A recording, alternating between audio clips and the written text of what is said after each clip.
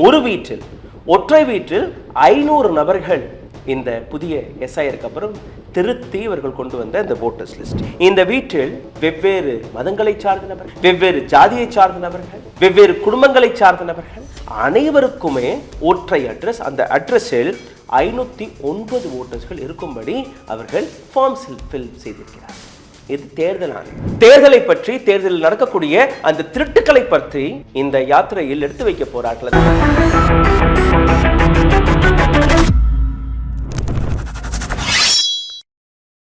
வணக்கம். ராகுல் காந்தியை பார்த்து, ஒட்டுமொத்த ஆப்போசிஷனை பார்த்து எதற்காக பிஜேபி, எதற்காக தேர்தல் ஆணையம் பயந்து போயிருக்கிறது? இவருடைய புதிய யாத்திரை வோட்டர் அதிகார் யாத்ரா என்று பீகாரில் தொடங்கப்பட்டது. பீகாரில் இருக்கக்கூடிய அனைத்து டிஸ்ட்ரிக்ட்களையுமே கிட்டத்தட்ட 1300 கிலோமீட்டர் வரை இந்த யாத்திரை போக இருக்கிறது. அங்க இருக்கக்கூடிய மக்களிடம் தேர்தலை பற்றி, தேர்தலில் நடக்கக்கூடிய அந்த திருட்டுக்களை பற்றி இந்த யாத்திரையில் எடுத்து வைக்க போறார்கள். அதாவது நேரடியாக மக்களை சந்தித்து மக்களிடம் அவர்களுடைய அதிகாரங்களை பற்றி, அவர்களுடைய ஓட்டுகள் எப்படி திருடப்படுகிறது என்கிற இந்த விஷயத்தை ராகுல் காந்தி மற்றும் தேஜஸ்வி யாதவ் மீதம் இருக்கக்கூடிய பல்வேறு இந்தியா அலையன்ஸை சார்ந்த பல்வேறு நபர்கள் எடுத்து வைக்க போறார்கள். இதை பார்த்து ஒட்டுமொத்த பிஜேபி, ஒட்டுமொத்த தேர்தல் ஆணையம் நடுநடுங்கி போயிருக்கிறது. அதனால் கோதி மீடியாவை ஏவி விட்டிருக்கிறார்கள். யாருமே இந்த ராலியை கவர் செய்யக்கூடாது. கவர் செய்ய சென்ற பத்திரிகையாளர்கள் அவர்கள் 5 கிலோமீட்டருக்கு முன்பே தடுத்து நிறுத்தப்பட்டார்கள். இதற்கு மேல் வாகனம் போகாது, நடந்துதான் செல்ல வேண்டும். அதையும் மீறி எத்தனையோ பத்திரிகையாளர்கள் நடந்து சென்று அந்த வீடியோக்களை கவர் செய்திருக்கிறார்கள். சரி, இன்னொரு பக்கம் கோதி மீடியா என்ன செய்தது? எந்த கவரேஜையுமே அவர்கள் காட்டவில்லை. எவ்வளவு முக்கியமான கவரேஜ்! ஒட்டுமொத்த எதிர்க்கட்சிகளுடைய அந்த ஒற்றை குரல், தேர்தல் ஆணையத்தின் தவறுகள், அவர்கள் திருடிய அந்த ஓட்டுகள், அங்க நடக்கக்கூடிய கடுபடிகளை பற்றி ஒரு மிக பெரிய ராலி நடக்கும் போது அதை காட்டாமல் நேற்று ஏதோ ஒரு ரயில்வே லைனை பிரைம் மினிஸ்டர் மோடி திறந்து விட்டார். இனாகுரேஷன் செரிமனி, அதை ஒட்டுமொத்த கோதி மீடியா லைவ் கவரேஜாக காட்டி வந்தது. எந்த பிரஸ் மீட்டையும் வைக்காத தேர்தல் ஆணையர் ராகுல் காந்தி என்னைக்கு இந்த குற்றச்சாட்டை எடுத்து வைத்தாரோ அன்னைக்கு பிரஸ் மீட் வைத்திருக்கலாம், அடுத்த நாள் வைத்திருக்கலாம், 3ஆம் நாள் வைத்திருக்கலாம், ஒரு வாரம் கழித்து வைத்திருக்கலாம். ஆனால் அமைதியாக இருந்த தேர்தல் ஆணையம் நேற்று ஞாயிற்றுக்கிழமை விடுமுறை என்று கூட பாராமல் ஒரு பக்கம் ராகுல் காந்தியுடைய ராலி, அந்த ராலியிலிருந்து மக்களை டைவர்ட் செய்வதற்காக முதல் முறையாக அவர் வந்து பிரஸ் மீட்டை வைத்தார். பிரஸ் மீட்டாக நீங்க இதை பார்க்காதீர்கள். It is a monologue. அதாவது தன்னை பற்றியே தானாகவே விளக்கம் கொடுக்கக்கூடிய ஒரு கூட்டம் நேற்று நடந்தது. பிரஸ் மீட் ஆர் மோனோலாகில் நீங்க பார்த்தீர்கள்னா 1 மணி நேரம் 20 நிமிடங்கள் நடந்த இந்த மிகப்பெரிய மேரத்தான் மீட்டிங் மோனோலாக், அதில் எதற்குமே பதில் கொடுக்கவில்லை. சிசிடிவி ஃபுட்டேஜை கேட்கிறார்கள். எப்படி அந்த சிசிடிவி ஃபுட்டேஜை கொடுக்க முடியும்? உங்கள் வீட்டில் இருக்கக்கூடிய பெண்கள், மகள், மருமகள், தாயார், தாய்க்குளம் எல்லாருமே அங்கே லைனில் நிற்கிறார்கள். அவர்களோட சிசிடிவி ஃபுட்டேஜை இவங்க கேட்குறாங்க. அறையில் இருக்கக்கூடிய சிசிடிவி ஃபுட்டேஜை கேட்டார்களா, அல்ல பாத்ரூமில் இருக்கக்கூடிய சிசிடிவி ஃபுட்டேஜை கேட்டார்களா? எந்த சிசிடிவி ஃபுட்டேஜை பற்றி எப்படி நீங்க மேனிபுலேட் செய்யக்கூடிய வேலையை பார்த்திருக்கிறீர்கள்? இதிலிருந்து சந்தேகம் வருகிறதா இல்லையா? இன்னொன்று, ராகுல் காந்தி அடுத்த 7 நாட்களில் மன்னிப்பை கேட்க வேண்டும், அல்ல ஒரு எஃபிடவிட் கொடுக்கணும். அந்த எஃபிடவிட்ல நீங்க எழுதிய விஷயங்கள் தவறாக இருந்தால் உங்கள் மீது வழக்கு பாயும். எந்த அளவில் ஓப்பனாக மிரட்டல் கொடுத்திருக்கிறது என்று நீ பாருங்கள். இது தேர்தல் ஆணையமா அல்ல பிஜேபியின் ஒரு கூட்டமா என்று எனக்கு தெரியவில்லை. பிஜேபியின் ஸ்போக் பர்சன் அமர்ந்து பேசும்படிதான் நேற்று தேர்தல் ஆணையர் பேசியிருந்தார்.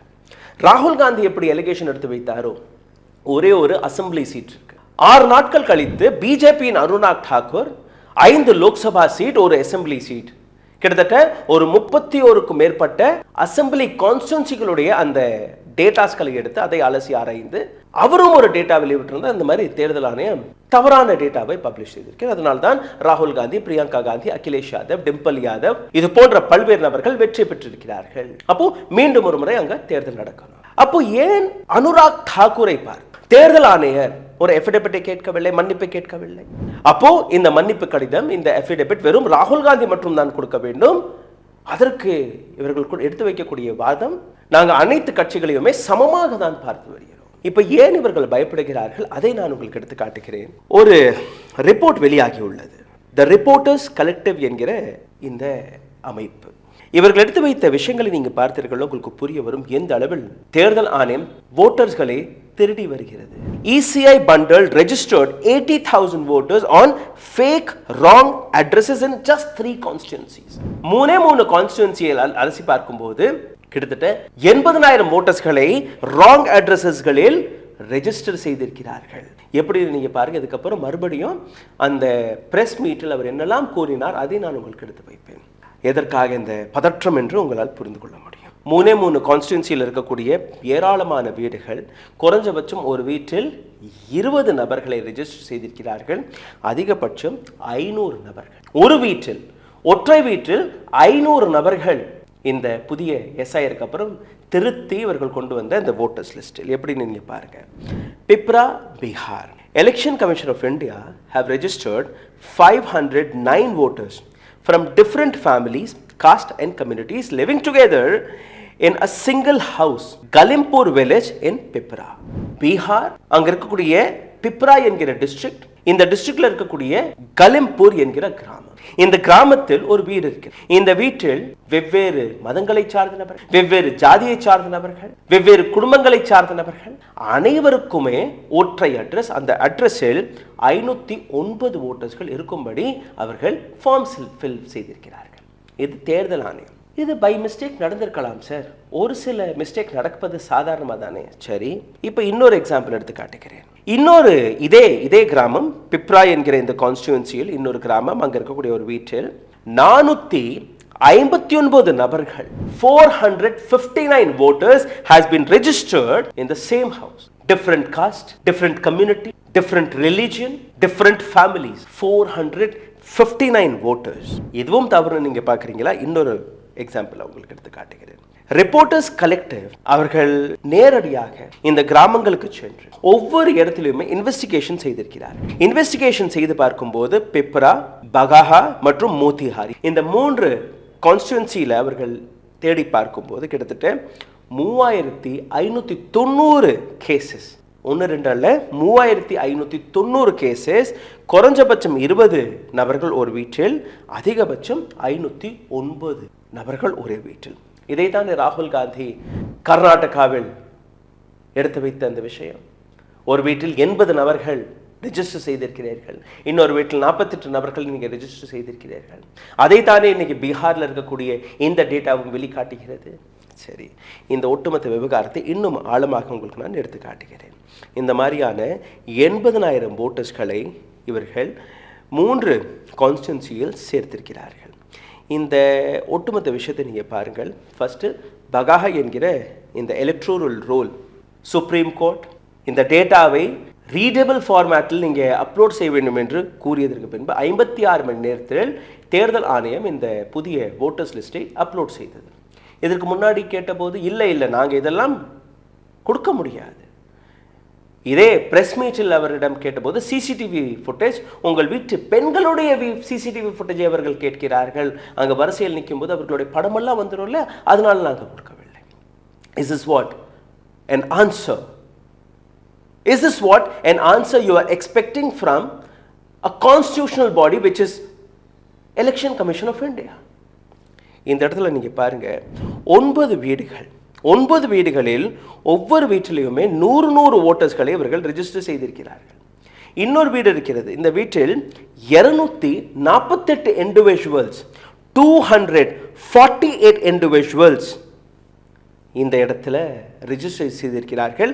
மகஹா என்கிற இந்த கான்ஸ்டிட்யூன்சி. இது முதல் கான்ஸ்டிட்யூன்சி. 2வது கான்ஸ்டிட்யூன்சிக்கு உங்களை கூட்டிச் செல்கிறேன். Motihari assembly constituency.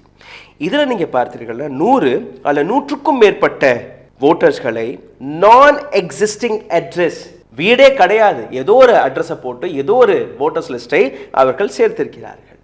இந்த மாதிரி நீங்கள் பார்த்தீர்கள்னா 100க்கும் மேலே மேக்சிமம் ஓட்டர்ஸ் ஒரு வீட்டில், வீடுனா அட்ரஸே இல்லாத ஒரு வீட்டில் 294 ஓட்டர்ஸ்கள். எதற்காக அரசாங்கம் பயப்படுகிறது? எதற்காக தேர்தல் ஆணையம் பயப்படுகிறது? உங்களுக்கு புரிகிறதா?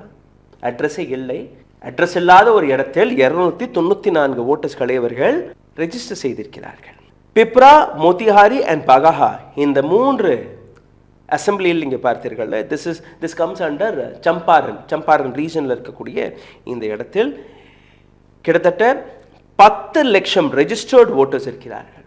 அந்த 10 லட்சம் registered ஓட்டர்ஸ்களில் 80,000 were registered in wrong address. 8% of the total voters, just in the name of wrong voters. Deletion தனி, addition தனி, அதெல்லாம் விட்டுருங்க. நீங்க வெறும் தவறான ஓட்டர்ஸ்களுடைய அந்த பட்டியலில் தவறான அந்த டேட்டா மட்டும் 8%. 30 நாட்கள் தேர்தல் ஆணையம் கடுமையாக உழைத்து ஸ்பெஷல் இன்டென்சிவ் ரிவிஷன் என்கிற பெயர்ல இந்த கதையை நடத்தியிருக்கிறார்கள். இந்த இடத்துல இன்னொரு விஷயத்தை நீங்க பாருங்க.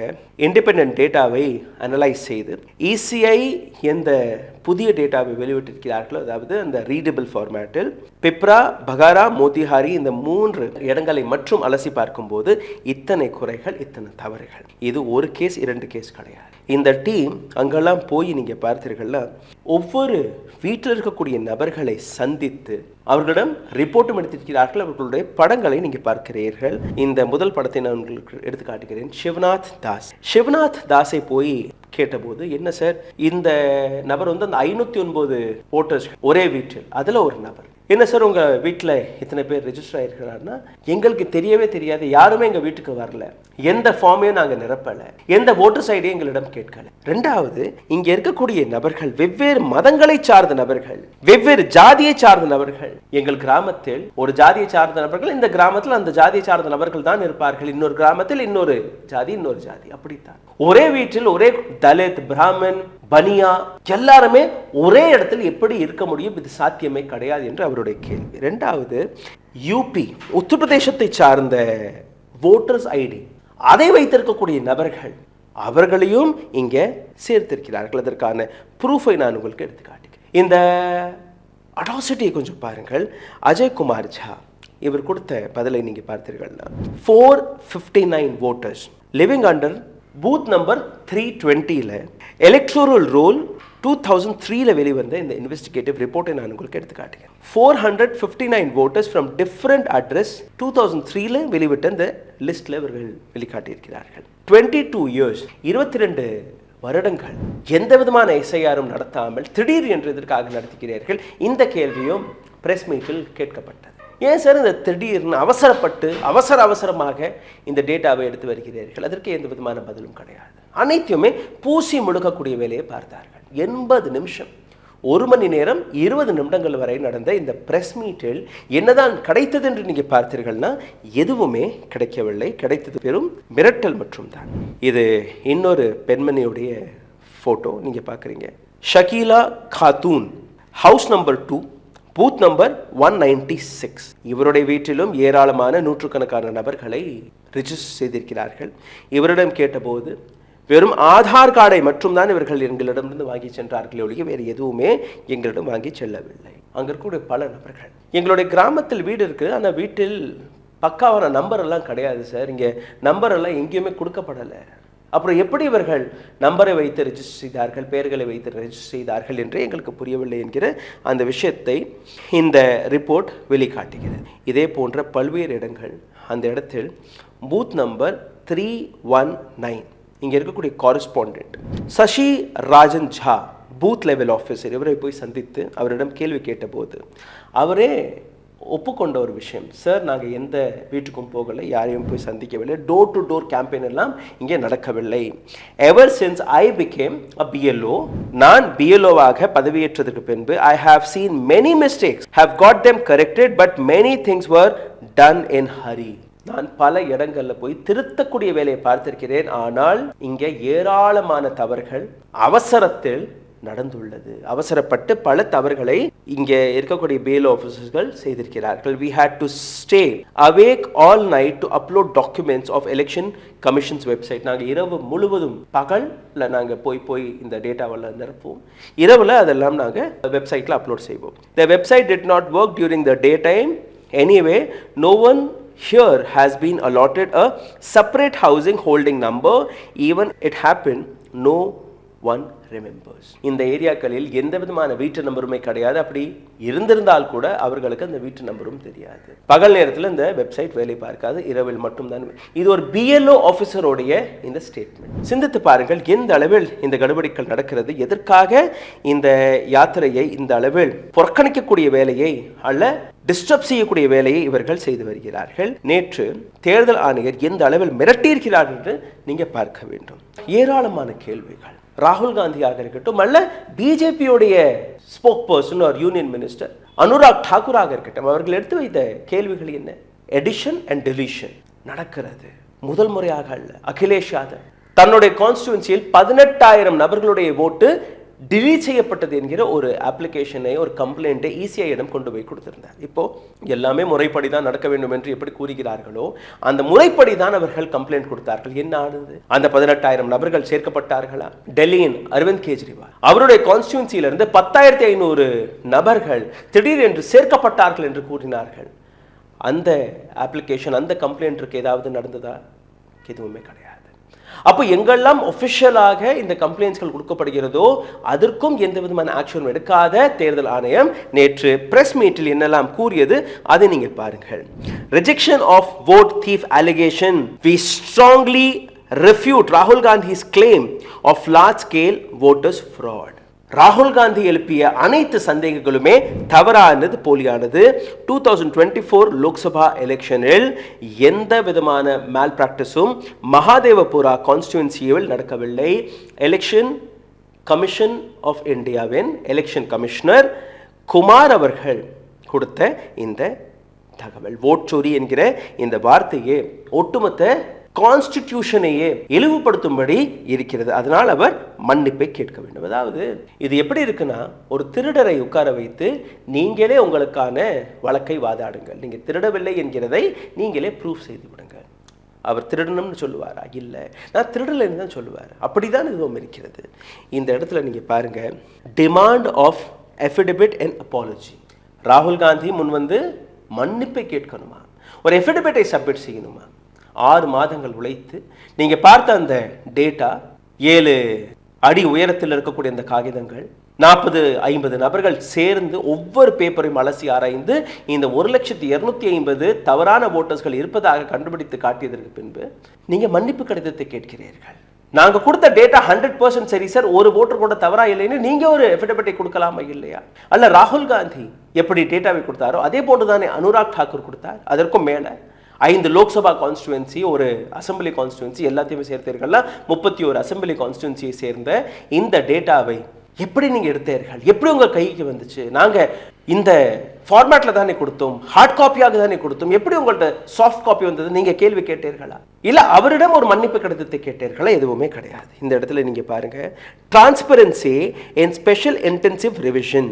ரொம்பவே டிரான்ஸ்பரண்டாக பீகார்ல நாங்க அந்த ரிவிஷனை செய்திருக்கிறோம். This is a need of an hour. 65 லட்சம் வோட்டர்ஸ்களுடைய பெயர் நீக்கியது சரிதான். ஏன்னா அனைத்து டேட்டாவையும் நாங்க அப்லோட் செய்து விட்டோம். 56 மணி நேரத்திற்குள் நாங்க அப்லோட் செய்திருக்கிறோம். இதில் நீங்க பார்த்தீர்கள்னா 1,60,000 BLOக்களை, நான் ஏற்கனவே அந்த BLOடைய லட்சணத்தை நான் உங்களுக்கு கூறினேன் இல்லையா? நாங்கள் ரூமில் உட்காந்துட்டு ஃபார்ம் மட்டும் தான் நிரப்பணும். அதை கரெக்ட் சொல்கிறாரு. 1,60,000 BLO ஆஃபீஸர்ஸ்களை வைத்து இந்த ப்ராக்டிஸை செய்தோம். டோர் டு டோர் போனார்களாம். நாங்கள் டோர் டு டோர் போகவில்லை என்று BLOவே ஒத்துக்கொள்கிறார். 1-2 அல்ல, 28,370 கிளைம்ஸ் அங்கே வந்ததான் இந்த மாதிரி பேர் நீக்கத்திற்காக. அதெல்லாம் நாங்கள் இம்ப்ளிமெண்ட் செய்திருக்கிறோம். voter privacy and CCTVக்கு வரும்போது அந்த டேட்டாவை நீங்கள் பப்ளிக்கலி ரீடபிள் ஃபார்மேட்டில் எப்படி கேட்கிறீர்கள்? அந்த டேட்டாலாம் பப்ளிக்கிட்ட போயிருச்சுன்னா அது மிஸ்யூஸ் செய்யப்படும். அந்த டேட்டாவை வைத்து பல நபர்கள் அதை தவறாக பயன்படுத்த வாய்ப்புகள் இருக்கு. சிசிடிவி ஃபுட்டேஜ் 45 நாட்களுக்குள்ள நாங்கள் அழிச்சிருவோம். ஏன்னா உங்கள் வீட்டில் இருக்கக்கூடிய பெண்களுடைய படங்கள் அதில் இருக்கு, தாய், குழந்தை, மகள், மருமகள், அவர்களுடைய படம் இருக்கு. இதெல்லாம் ஒரு பொலிட்டிக்கல் பார்ட்டி கையில் போயிடுச்சுன்னா அது என்ன ஆகும்னு நீங்க பாருங்க. This is what they have spoken in 80 minutes. Just imagine. Voters list transparency நீங்க பார்த்தீர்கள்னா இந்த டிஜிட்டல் டேட்டா தனியார் நபர் கையில் போய்விட்டால் அது மிஸ்யூஸ் ஆகும். சுப்ரீம் கோர்ட்டுக்கு கட்டுப்பட்டு ஆகஸ்ட் 14ஆம் தேதி சுப்ரீம் கோர்ட் எங்களுக்கு எந்த டேட்டாவை வெளியிட சொன்னார்களோ அதை நாங்கள் 56 மணி நேரத்திற்குள் கொடுத்து விட்டோம். இது எல்லாம் ஒரு பக்கம் இருக்க, ராகுல் காந்தி எழுப்பிய இந்த கேள்வி என்ன சார்? தவறான அட்ரஸில் ஒரு வீட்டில் 80-90 நபர்கள் நீங்கள் சேர்க்கிறீர்கள், அதற்கான விளக்கம் என்ன? ரெண்டாவது, அதாவது ஒரு நபரின் பெயரில் 2 அல்ல 3 இடங்கள் 8 இடங்கள் எல்லாம் அந்த ஓட் பதிவாகி இருக்கிறது, அதற்கான விளக்கம் என்ன? போட்டோவை இல்லாமல் எப்படி நீங்க ஒரு விஷயத்தை பதிவு செய்கிறீர்கள்? மூணாவது, மிஸ்யூஸ் ஆஃப் ஃபார்ம் 6, 18 வயதிற்கு மேல இருக்கக்கூடிய நபர்கள், முதல் முறையாக ஓட்டு போடக்கூடிய நபர்கள், அந்த இடத்தில் ஏராளமான முதியோர்களை நீங்க சேர்த்திருக்கிறீர்கள், 70 வயது 80 வயது 90 வயது, அதற்கான விளக்கம் என்ன? இது போன்ற டைரக்ட் கேள்விகளை ஆதாரபூர்வமாக எடுத்து வைத்த ராகுல் காந்தி, அதற்கு பின்பு ஒட்டுமொத்த இந்தியா அலையன்ஸ் 300க்கும் மேற்பட்ட எம்பிக்கள் பார்லிமெண்ட்ல இருந்து நேரடியாக தேர்தல் ஆணையத்துடைய அந்த ஆபீஸ் வரை செல்லும் போது அங்க நடந்த அந்த கேள்விகள், அங்க நடந்த அந்த போராட்டம், எதற்குமே பதில் கொடுக்காமல் ஒரு நாடகத்தை ஆடி இருக்கிறார்கள். நேற்று மோடி ஒரு ரிப்பன் கட் பண்ண செல்லும் போது அதை நீங்க லைவாக எடுத்து காட்டுகிறீர்கள். ஆனால் எந்த கேள்வி, எந்த மக்களுடைய குரலுக்காக ஒரு மிகப்பெரிய போராட்டம் பீகாரில் தொடங்கியுள்ளதோ அதை பற்றி ஒரு கேள்வி கூட கோதி மீடியாவால் கேட்க முடியவில்லை. சிந்தித்து பாருங்கள், எந்த அளவில் இந்த நாட்டை நாம் உருவாக்கிவிட்டோம், எந்த விதமான பயத்தை இந்த நாட்டில் இருக்கக்கூடிய மக்கள் மனதில் விதைத்து விட்டோம். தேர்தல் ஆணையத்தை பற்றி எந்த கேள்வி கேட்டாலும் நீங்க தேச துரோகி, இந்த நாட்டு அரசாங்கத்தை பார்த்து கேள்வி கேட்டால் நீங்க தேச விரோதி. இந்த நாட்டு கோதி மீடியா உங்களுக்கு சர்டிபிகேஷனை கொடுக்கக்கூடிய வேலையை பார்க்கிறது. சிந்தித்து பாருங்கள். நன்றி, வணக்கம்.